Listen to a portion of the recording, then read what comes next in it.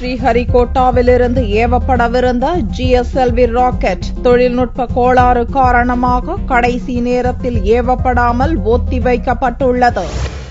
சென்னை அருகே உள்ள ஸ்ரீஹரிகோட்டாவில் உள்ள ராக்கெட் ஏவுகளத்திலிருந்து திங்களன்று மாலை 4:50 மணிக்கு GSLV D5 ராக்கெட்டை விண்ணில் செலுத்த இஸ்ரோ எனும் இந்திய விண்வெளி ஆராய்ச்சிக் கழகம் திட்டமிட்டிருந்தது. இதற்காக 29 மணி நேர கவுண்டவுன் ஞாயிற்றுக்கிழமை பகல் 11:50 மணிக்கு துவங்கியது. திங்களன்று பிற்பகல் வரை அனைத்து பணிகளும் திட்டமிட்டபடி நடந்து கொண்டிருந்த சமயத்தில் கடைசி நேரத்தில் ராக்கெட் ஏவுவதை ஒத்திவைப்பதாக இஸ்ரோ அறிவித்தது.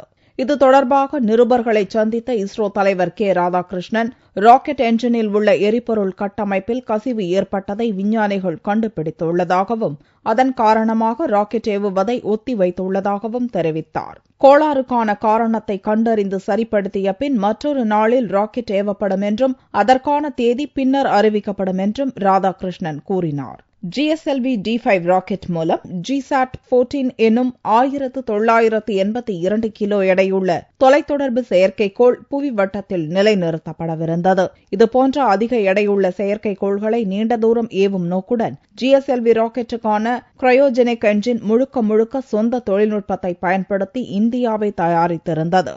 இந்தியா தயாரித்த கிரையோஜெனிக் என்ஜின் மூலம் கடந்த 2010 ஆண்டு ஏப்ரல் 10 GSLV D3 ராக்கெட் ஏவப்பட்டது.